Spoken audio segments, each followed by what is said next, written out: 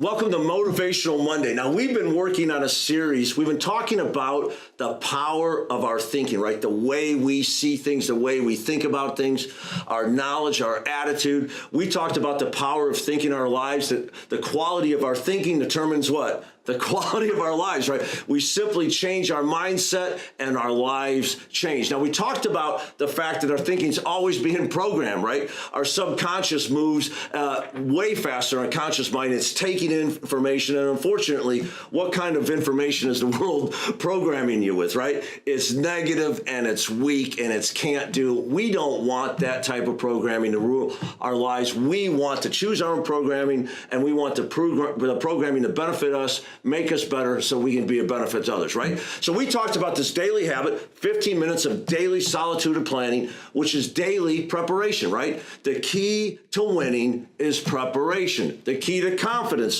is preparation, right? And one of those parts of that playing in solitude is getting our mind right, reading something that will strengthen us for the day, will improve our knowledge, remind us of the principles we want to live by, right? And so we introduced Proverbs as one way of feeding our mind. We said, read one Proverbs a day. There's 31 chapters, one for every day. So if you read, today is the 20th, I'm going to read a proverb from chapter 20. And there's, I don't know how many, 20 some verses in there. I'm only going to pick one, and I'm going to live with one, right? Now today, for our Proverbs challenge, I want to let you know about the one proverb that I love, that I quote all the time. And I want to preface it by saying this.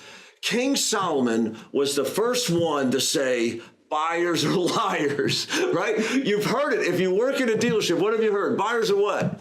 Buyers are liars. That's pretty harsh, guys. When I owned budget and I ran budget, Joel Thompson, one of our sales consultants, used to say, I've got a non-truth teller here, right? So we wanted to tone down liar to what? Non-truth. We don't want to look down at people. We know why people are exaggerating the truth. They're trying to protect themselves. And in a sales position, they're trying to protect themselves from buying the wrong thing and paying too much and getting pressured or hassled to do either, right? So their lies are really a protection. But they've been protecting themselves from overpaying and buying the wrong thing for 3,000 years. How do I know? Here's the proverb. It's 2014. Solomon says, it's no good, says the buyer, then goes and boasts about his purchase, right? Now, in today's world, that might look like this. Hey, Chris, now the truck's the wrong color and it's got too many miles, but if you can get you guys get it. They talk about all the negatives, trying to get you to do what? To drop your price. Now, what Solomon says, as soon as they buy it, they don't go off and tell people, you know what, I bought the wrong truck with too many miles and the wrong color. I just need it. No, they go to the friends and say, what? You should see the beautiful red truck I got, and I got a lot less miles than I thought. You should see the buy I got, right? They go and they boast about their purchase. Guys, when they come in, they chose us, did they not? They chose us 16 to 20 hours online. They chose the car. They're not buying the wrong car. It's no good. It's no good. Is simply the protection mechanism to make sure they don't get taken advantage of.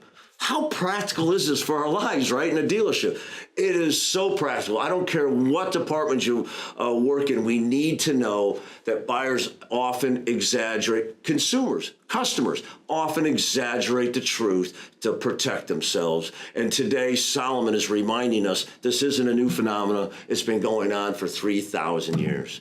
Can you see how beneficial reading these Proverbs could be for you?